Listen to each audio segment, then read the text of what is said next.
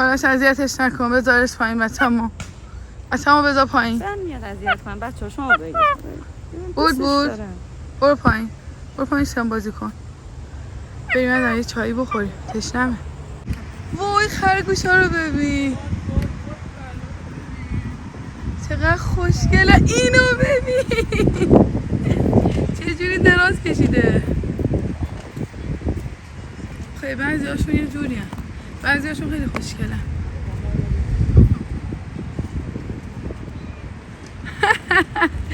چقدر خستن، خیلی خرگوش دارن ها.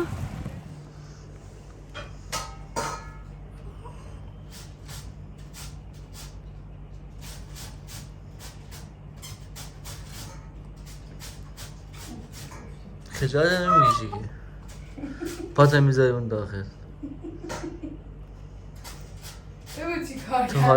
تو حالا با من ور بیفت. تو حالا با من ور بیفت چیکار میکنم؟ بدتر میکنه. بابا دل از دستش عصبانیه چون که خرابکاری کرده. بچه به این گندگی پوشک که میپوشه باز خرابکاری میکنه. البته خب بیرون از خونه کارگاه که میره پوشک نمیپوشه. بچه‌ها اگه تو کل کارگاه هم خرابکاری نکنه، خونه هم خرابکاری نکنه، تا میشینه تو ماشین خرابکاری میکنه. اصلا با من بده. اصلا یادم رفت بگم سلام بچه‌ها، چطورین؟ امیدوارم حالتون خوب باشه. هر جا که هستید ته دلتون شاد باشه. بچه‌ها امروز من میخوام برم بیرون با دوستم. یه جایی هست تو انزلی جالبه که من فکر کنم به جرئت میتونم بگم 2 بار، یه بار با دوست عادل، یه بارم دوران دانشگاه رفته بودیم کاجباغ. یه حالت پارکه که اکثرا مسافرا میان اونجا چون سکو داره، حالا سرویس بهداشتی داره، قشنگه. مسافرا میان اونجا میمونن. بعد من میخواستم برم یه جای مثلا جدید رو بهتون نشون بدم. دوستم اونجا رو پیشنهاد کرد ازم، من گفتم آره عالیه، پس بیا با هم دیگه با سنجاب اونم با دوچرخش بیاد و بریم. بعد گفتم ما بین همین رفتنمون یادم اومده بود که من بهتون گفتم مادر شوهرم یه ترشی درست کرده خیلی خوشمزه است. بعد اون شب به من گفت چه چیزایی ریخت ولی من بازم یادم رفت. الان زنگ زدم بهش، ازش پرسیدم، به من مراحلش رو گفت. حالا این ترشی کلم ترشیه که اکثرا بلدن دیگه، کلمو خورد میکنن، حالا یا با دست یا مثل من اگه تنبل باشم با رنده. بعد بهش سرکه اضافه میکنن، نمک، خیلی سریع هم حاضر میشه، فکر کنم یه هفته‌ای. ولی اینی که مادر شوهرم درست کرده بود خیلی طعمش به نظر من متفاوت بود. حالا بهتون میگم که چیا گفت من داخلش میریزم. بله آقا خسته شد، غذا نمیخوره، دیدید که غذا خوردنش در همون حده. ببینید با این عادل نمیدونم چرا موقع ویدیو گرفتم واقعا همکاری نمیکنه. بابا جان یکم بیا نزدیک دوستان ببینن چی کار دارم میکنم. منو نمیخوام ببینن که میخوان این مراحل رو ببینن. این من با این رنده، این حالتی که میبینید فکر کنم همه جا داشته باشه. اینجوری رنده ریز میکنم خیلی خوب میشه، وگرنه باید حتما تخته داشته باشید. بعد ببینید اینجوری خوردش کردم. بعد مامان گفت نمک بهش میزنیم. این دستم چیزه، بذارید دستم آب بکشم. نهارمونم حاضره، عادلم تازه اومده ولی قبلش گفتم اینو بهتون بگم که بعدش برم نهار رو بکشم و دیگه بعد بمونم تا غروب که هضمیات. ببین گفت خیلی هم البته نخو، نمک رو میریزیم. حالا به چشمی من یه دونه کلم داشتم، چشمی نمک هم میریزم. گفت اینجوری یکم اینجوریش میکنید. حالا من با دست این کار دارم میکنم که رنگ این کلم یه ذره چیز بشه، باز بشه، یعنی رنگش آزاد بشه. خب خیلی هم نریزید در همین حد. بعد حالا یه چیز متفاوتی که بود چیه؟ اینه که داخلش گلپر میریزن، پودر گلپر. خب بازم دستم کثیفه، این دستمو ببین یه ذره اینجوری آب بندازه در همین حد. با هم کار کنیم درشو باز کنیم. تو با اون دست نگاه دارم با این نه فکر نکنم چون این خیلی درش سفته. خب حالا یه ذره شاید بیشتر مامان فشار میداد، به من گفت زیادم چی نکن. این درش چقدر خوب. میگم خیلی سفته، چون همیشه سفته. یکم پودر گلپر. بعد بچه این گلپر کوهیه، نمیدونم ویدیوهای خیلی قبل منو دیدین یا نه. رفته بودیم ییلا، به من داده بودن، بعد آسیابش کردم. خیلی عطر عالی داره. یکم گلپر میریزم. خیلی عطر داره. فکر کنم میگه خیلی ریختی. نه خیلی عطر، خیلی خوبه. سیرم گفت زیاد نه که غالب بشه. یکم سیرم. وای عجب عطری داره این گلپر، فوق‌العاده است. این سیرم یکم اینجوری قاطیش میکنم. بعد فلفلم گفت زیاد نه که تند بشه، ولی کلا من عاشق چیزای تندم دیگه. اصلا عالی. وای خیلی عالیه. نمیدونم حالا گلپر کوهی خوردین یا نه. گلپر یا کلپر، مسئله این است. گلپر که ما سری میخوام بگیم کلپر. نمیدونم تو الان داری دقیقا با لحن گیلکی میگی کلپر. آره یه ذرم یکم کلپر داریم. اینو اینجوری مامانت ریخته بود یا الان زنگ بزنم یه دختره چه بی هوا زره؟ نه فکر کنم در چیز نمچه داخته بود، کامل داخته بود. خورد یعنی نکنم؟ خورد کن بیاد به دهن بده یعنی به نظره؟ ما که فلفل دوست داریم. آره ما دوست داریم. آره نمیدونم بچه‌ها، اگه شما تجربه درست کردن این ترشی رو دارید خواهران چیکار کنم؟ من کامل بندازم. اگه دارید به من بگید که این روش شما درست کردید یا نه. حالا اگه روش‌های عالی داری برای درست کردن این ترشی این کلم به ما بگید، چون واقعا عادل این ترشی رو خیلی دوست داره. بعد جاتونم خالی. روش‌های خودتونم که دوست دارم به من بگید که دفعه دیگه اگه خواستم درست کنم به روش شما درستش کنم. و بله همه چیم دارم میریزم، ریخت و پاش میکنم. حالا گفت خیلی هم فلفل نریز، نمیدونم بریزم بازم یا نه. بعد یه چیز دیگه، این ترشی هم بچه زیاد درست نکنید. دارید درست میکنید حداقل یه دونه کلمه کوچولو بگیرید و درست کنید، چون که این زود اگه به مرور زیاد بمونه چیز میشه، رنگشو میبازه، رنگش نمیشه. آره تغییر میکنه. به خاطر همون خیلی زیاد نگیرید، در حد خودتون یه دونه کلم بخرید و درست کنید. کلی هم براتون میمونه، بعد کنار غذاها اینا خیلی عالی میشه. من نمیدونم چرا دوست دارم بذارم بیشتر اینو بریزم، خیلی بوی خوب داره. چون ترشی گلپر درست می‌کنه. آره. مثلا اینم که تو فیلم می‌بینید همش سرش بیرونه، این کار چوبی منه که درست کرده. اینو بگو اشتباه کردی. واسه نمیدونم واسه یه مشتری ما عجله داشتیم. اینا همش کار چوبی منه. آره. این قرار بود رنگ خود چوب بشه، خود رنگ بشه، رنگ عسلی حالا. که یه رنگ فندقی شد. حواسم نبود، اشتباه رنگ زدم. بله، از این اشتباه زیاد. ولی حالا مشتریمون گفته همینم خوبه. آره همینم خوبه، ولی من اونم رنگ زدم دوباره. آره شاید برای خودم برداشتم. اگه نه مشتری دارم، مگه باشه مشتری. فندقی و آخه شاید عسلی نخواد. نه فندقی میخواد، اون فندقی تیره میخواست. خب از دیگه برای اون نمیشه دیگه، اون برای من میشه. خودت میدونی. خب حالا بچه‌ها چیکار پولشو بهم میدی؟ نه. من یه چیزی میخواستم بهتون بگم بچه‌ها. به نظرتون چی کار کنم؟ تولدم نزدیکه، من واقعا عاشق تولد گرفتنم، ولی از اونجایی که هزینه خیلی بالا رفته، یعنی یه غذا، فقط یه غذای معمولی هم بخوام درست کنم، حالا مثلا اولویه البته غذای معمولی نیست، ولی یه غذا درست کنم برای چند نفر، همون برام کم 600-700 هزار تومان میفته. تولد یعنی 20 نفره الان معادل با یه جشنی مثلا 300 نفره مثلا 5 سال پیش. آره الان نمیدونم چی کار کنم. به نظرتون خیلی دوست دارم که مثلا تولدم که نه اونجوری خیلی خاصه، ولی همین دوره همی و اینا خیلی دوست دارم بگیرم، ولی نمیدونم چی کار کنم. بچه اینو فکر کنم باید فشرده کنیم. حالا فکر کنم مامان این کارو میکنه. حالا زنگ بزنم میگه این دختره چرا حواسش جمع نیست. خب ببینید اینجوری، خب این اینجوری فکر کنم خوبه. حالا چیکار میکنم؟ سرکه وردا ببینید اینم نمونهش هم اینجا دارم، ببینید اینه. خب سرکه سیب خوب. فقط نه بچه‌ها، سیب اصلا تو این یه طعم. یه بار ستاره آره. دیگه درست کرده بود تو میگفت نه این خیلی خوشمزه است، این خیلی خوبه. میگفتم نه خوبه، خیلی ها دوست دارم، ولی بود. سرکه سیب یه ذره حالت گندیدگی به ترشی میده. به نظر من برای ترشی مناسب نیست. حالا خوراکی یا نمیدونم چای روش‌های دیگه هم باشه. این سرکه رو ببینید حتما هم قرمز باشه، سفید نریزید، چون این باید رنگ خیلی خوبی بده. اینو همینجوری میریزم تا روشو بگیره. مطمئن بودم که یه کوچولو هم شده کم. خب این از این. ببینید اینا قول بابام تموم شد. درشو میبندم. دستم نباید بزنیم به سرکه. دست بزنیم چرا؟ خراب میشه.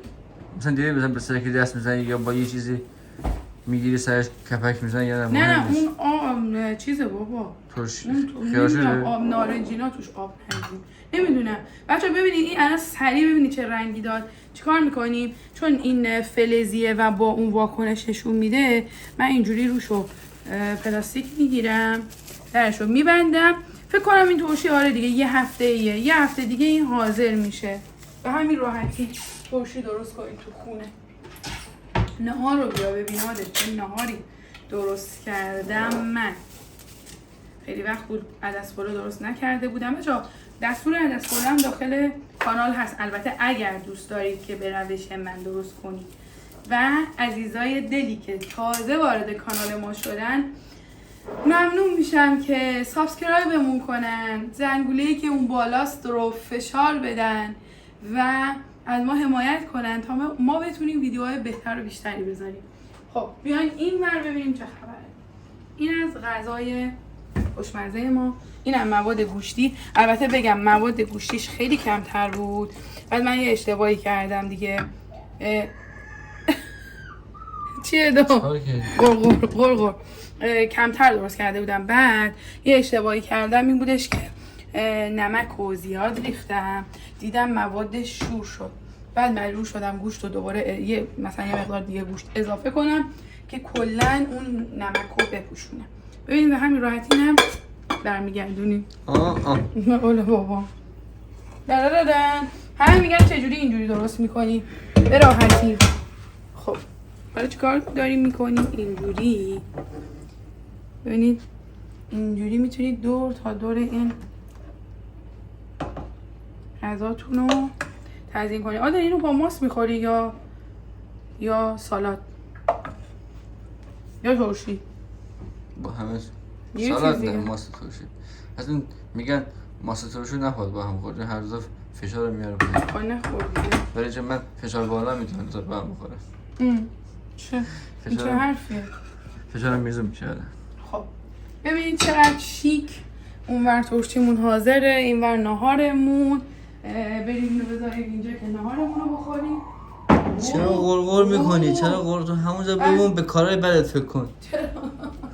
بچه‌مون داره اذیت می‌کنه. بعد یه چیز دیگه. تو این بچه رو لوس بار آوردی. یه چیز دیگه باید به دست این درستش ما خیلی دوست داریم.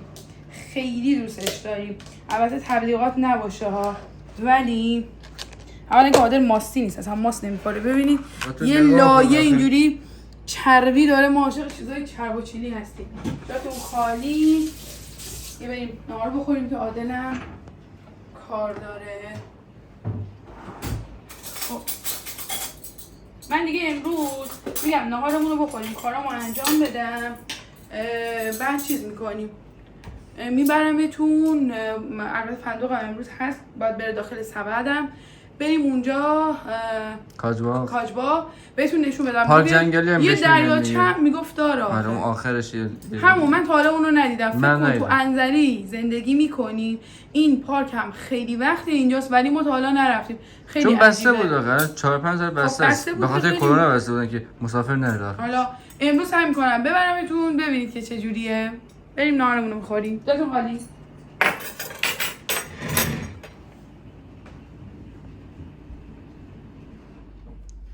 آماده شدم که ازم بیاد و بریم همون کاجباغ یا همون پارک نمیدونم کاجی. عادل یه چیزی گفت پارک کاجی. از خودم اسم در میارم. این دومم که یه چرت خوابید قشنگ قبراق شده، فقط غر میزنه مثل همیشه.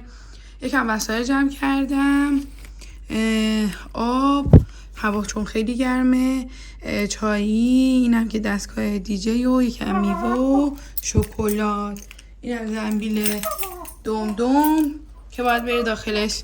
بود بفرما برو تو سبد خودت بریم. همین که گفتم منتظریم که ازم بیاد، ازم زنگ زد، پایین بود. اینم ازم خانوم. بریم قراره کجا رو به ما نشون بدی امروز؟ کاجباغ. عادل یه اسم دیگه هم گفت داره. کاجباغ میگن بهش. انزلیچی‌ها میگن کاجباغ. همون میدونم، منم میگفتم کاجباغ. نه من به بچه‌ها دارم. خیلی میگن که خیلی چیزیا دلقی. چرا؟ تو ویدیوهای قبلی اومدین لو دادی منو، بعد گفتن که خیلی این دوست دلقه. آره نظر لطفشونه. من انتقاد پذیرم. مادر به قربونش بره. بریم دیگه از این ور برو که من هم شروع کنم پازن. این یکم سنگینه، البته یکم ساکم بلنده، خیلی خوبه، خوشگله، ولی یکم بلنده، امکان داره که بخوره به این لاستیک. هم من تازه شسته بودمش، ولی بریم. ازم تو برو منم بیام.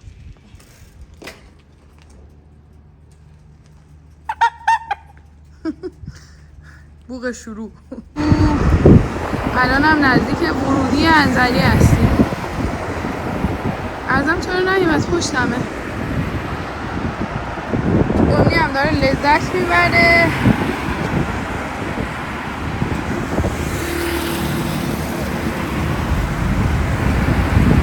ازم بیا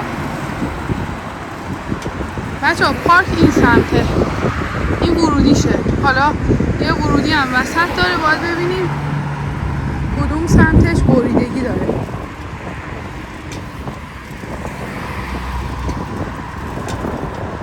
از جاده نگم برای که چقدر داغونه.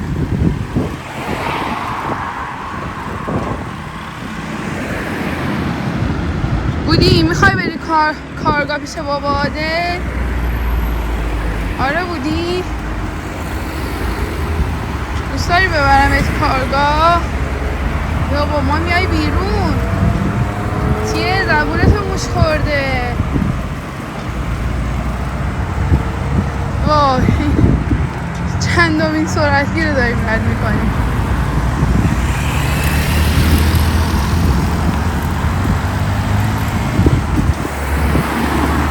ها؟ میگم بیا که کجایی؟ میگم بیا کجایی؟ خب همینو میخوایی نگه داریم برگرد. خب بذار من ترمز بگیرم.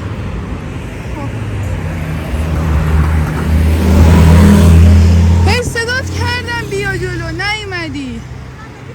چون من داشتم ویدیو میگرفتم نمیتونستم نگاه کنم اون ور رو. نه بابا صدا نمیاد. من بلند گفتم که بیا. این من قبلش هم این منتظرم. خب بریم بریدگی، فکر کنم اون سمته. بریم اون ور. بودی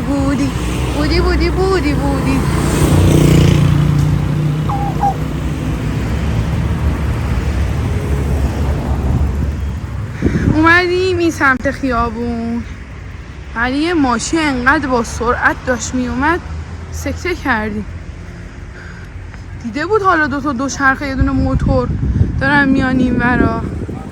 بچه‌ها این از ورودی این سمتشون. اون پرم ورودی داره ولی فکر کنم درش کلا بسته است. بودی الان یه جای خوب پیدا میکنم تو بتونی بر خودت بیای پایین. الان نه دیگه. دومی جان الان بشین پسر قشنگم، هنوز کامل نرسیدیم که. بشین پسر قشنگم، بشین یکم بشین. الان میرسیم. بشین. خسته شدی؟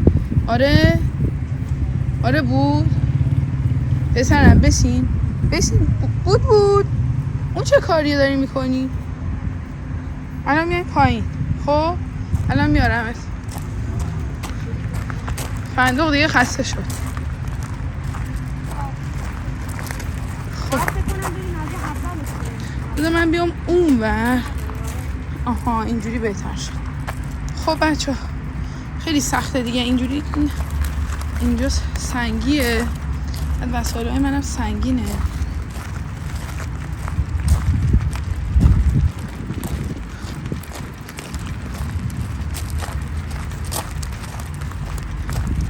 ازم کدوم سمته؟ بکنم باید بریم از اولش بریم که بتونیم بریم سمت اون بره بود بچه اینجا رو ببینید. خرگوش دارن، اردک دارن، فندق. اینجا مرغم دارن. پسر قشنگم، فکر نکنن تو رو از اینجا دزدیدم با خودم دارم میبرم. پسرم وای خرگوش ها رو ببین چقدر خوشگله. اینو ببین چجوری دراز کشیده. خیلی بعضی هاشون یه جوری هن. بعضی هاشون خیلی خوشگله.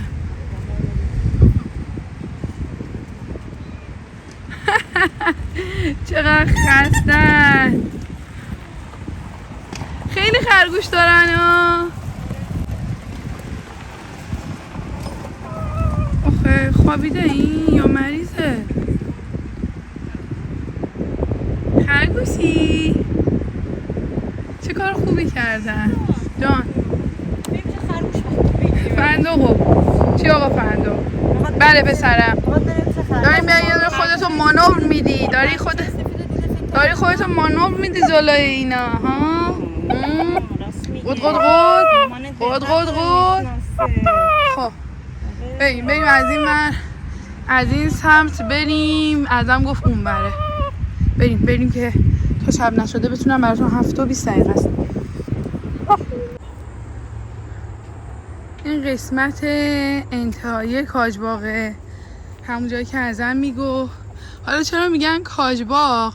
چون بعد از اون قسمت پارکی که بهتون نشون دادم این سمتش کلا درختای کاجه. بعد اینم مثل این که یه حالت مرداب بوده. مرداب یا دریاچه میشه گفت دیگه. فندقم رسیده داره خاک بازی میکنه. مادر قربونت بره آخه سی داری میخوری تو.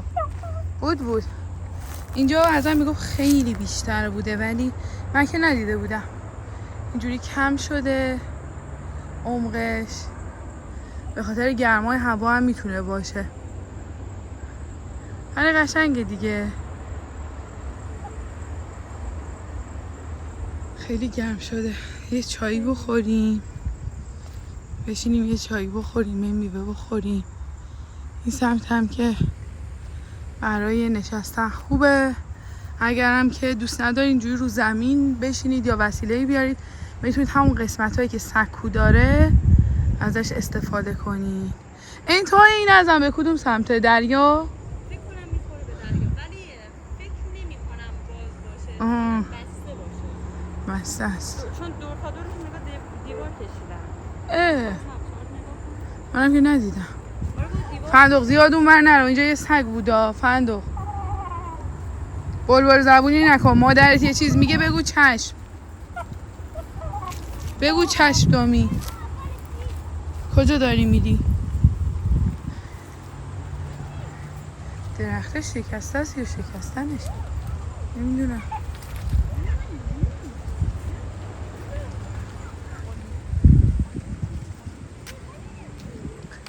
اینم از این سمت. از این هم به زور اومدیم. ما خیلی ماسه بود یکم سخت بود داد و چرخه. خلاص اذیتش نکن. بذارش پایین بچه‌مو. بچه‌مو بذار پایین. من میاد اذیت کنم بچه‌ها. شما بگید. بود برو پایین شم بازی کن. بچه‌ها برگشتیم خونه دیگه. هوا تاریک شده بود. فکر میکنم ساعت 9 شب بود که رسیدم. ببینید تو راه چه اتفاقی افتاد. من داشتم میرفتم بعد یهو دیدم کیفم اینجوری شد. نگاه کردم دیدم که یه سمتش در اومده. اینم از شانس منه. بعد باید بدوزمش درستش کنم. تو راه نون گرفتم چون که نون نداشتیم. بعد یه چیز دیگه هم شد. از اونجایی که دسته این ساک زیبای من یکم بلنده، این ورش گیر کرده به دوچرخم، لک شده. بعد بندازم داخل سفید کننده تمیز بشه. پسر قشنگم خسته، انگار که کو کنده. من حالا پا میزدم، این آقا داشت بیرون رو تماشا میکرد. آقا فندق، پسر قشنگم، چیکار داری میکنی؟ داری میخوابی؟ آره؟ بود؟ یعنی دوست نداری جواب بدی تو؟ نه؟ آقای فندق، ببین غذاشم میخوره، همه رو اینجوری میریزه، شبیه موش هم داره نگاه میکنه، میدونه که دارم با خودش صحبت میکنم، حوصله نداره بیاد بیرون. باشه بذار بابا عادل بیاد بهش میگم. آره میگم حرف منو گوش نمیدی. خلاصه دیگه خوش گذشت دیگه. رفتیم یه ذره هم هوا خوردیم، هم ورزش کردیم، هم تنوع شد برام. ولی خب دیگه در کنار تنوع این کیفم هم خراب شد. وقت کنم اینو بدوزم، چون کوچولو و جمع و جوره همش ازش استفاده میکنم. بعد مشکیه، به همه چی هم میاد و راحته. مریم هم از همین کیف داره، یعنی مریم اول داشت، من خوشم اومد دیگه، منم سفارش دادم. حالا خوبه مثلا ترکه، جنسش ایرانی هم نیست، مثلا حالا جنس بهتری بود، ولی خب نمیدونم چرا باز شد. خیلی هم فشار نیاوردم توشم، خیلی اونجوری وسیله هم نمیریزم. حالا این رفته رو اعصاب من، از اونام که یه چیزی درست نشه. آها درست شد، این ورش اول بستم. بعد دیگه اینم درستش کنم دیگه، بدوزمش، حیفه چون واقعا سالم تازه هم تقریبا میشه گفت گرفتم. نمیدونم چرا اینجوری شد. حالا هم اینو درست کنم، همون کیفو بشورم. بعد الان حدوداً آره دیگه 1 ساعتی شده که من رسیدم خونه. یکم اول چیز کردم، پیام‌های یوتیوب رو جواب دادم. بعد یوتیوبم رفتم یکم اینستاگرام چرخیدم. هی دارم فکر میکنم برای شام چی درست کنم. اون سری شما گفتین املت یا تخم مرغ و اینا، ولی خب ما چون غذای گیاهی زیاد میخوریم توش تخم مرغ داره، اصلا میخوام یه غذای درست کنم که توش تخم مرغ هم نباشه. اولویه هم خوب بود ولی خیلی دیگه فکر کنم زمان میبره تا آماده شه. اولویه هم نمیخوام، حالا یه چیزی درست میکنم برای شام. این ظرف و ظروفامو بشورم، فکرم آزاد شه، لباسمو بشورم، لباسامو انداختم داخل ماشین دیگه. انقدر پا زدیم، دوچرخه سواری کردیم، قشنگ عرق کردم دیگه اینطوری. بعد تو ویدیوهای قبلی دیدم که یکی از دوستان زحمت کشید، گفتش که آره تو هم مثل منی، یه چیزی دوست داری، دلت میخواد که حتما داشته باشی، تلاش میکنی که بخری. آره دقیقاً اینطوریم. بعد یه کتابی هم معرفی کرد که بنویس تا اتفاق بیفتد، نوشته هنریت. به زحمت خوندم که بهتون بگم. حالا نویسندش خیلی مهم نیست، فکر کنم اینترنت سرچ کنید بیاد حالا یه همچین کتابی، بنویس تا اتفاق بیفته. هنریت هم یادمه، اونم کلانسر یه چیز توی این مایه، حالا یادم رفت. حافظه ماهی دارم. حتما سعی کنید اگر کتاب دوست دارید، کتاب میخونید یا دوست دارید به هدفاتون برسید، سعی کنید با آدمایی باشید که انگیزه بدن بهتون، یا کتابایی بخونید که واقعا سعی کنه شما رو به اون هدفتون نزدیک کنه. خیلی مهمه این کار. خیلی دوستتون دارم. مرسی که وقت گذاشتید، مثل همیشه ویدیوهای منو نگاه کردید. خیلی لطف دارید به من، وقتی کامنتاتونم میخونم کلی انرژی مثبت میگیرم. خیلی دوستتون دارم. اگر تازه وارد کانال ما شدید ازتون ممنون میشم که سابسکرایب کنید. این سابسکرایب کردنهای شما باعث میشه که من حمایت بشم. اگر ویدیوهای من قشنگ جذابه برای دیگران، برای همه نمایش داده بشه دیگه، همه بتونن استفاده کنن و من دوستای زیادی پیدا کنم و زودتر بتونم به یه تعداد بالای سابسکرایب برسم. واقعا جزو آرزوهامه و دارم تلاش میکنم که به 100 تا برسم و یوتیوب برای من لو بفرسته. خیلی خوب میشه. هم آرزومه، هم دوست دارم براش تلاش کنم. پس شما هم اگر تو این زمینه میتونید به من کمک کنید یا راهنمایی کنید، حتما راهنمایی کنید. ممنون میشم ازتون. شما هم جزو خانواده من هستید. خیلی دوست دارم بیشتر براتون ولاگ بذارم، جاهای دیدنی انزلی رو براتون ویدیو بگیرم و اگر بتونم حتما این کارو میکنم. امیدوارم که شما راضی باشید و حس خوب داشته باشید. دوستتون دارم. تا ویدیوهای دیگه، خدا نگهدارتون.